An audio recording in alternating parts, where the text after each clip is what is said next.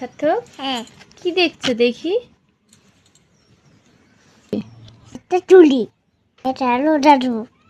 আর এই মাঝখানেরটা কি? ছোট। সার্থক, হ্যাঁ, সার্থক না বাবা? বাবা। 1 2 3 4 5 6 7 8 9 10 আকার পারলো চুল দিয়ে দুটাই হয়েছে। দাদু এল্লা দুটা হয়েছে, দুইটা লিখো। আচ্ছা, দুটা রাখে দুইটা বলে আমি 2 3 4 5 6 7 8 9 হয়েছে। হ্যাঁ হয়েছে।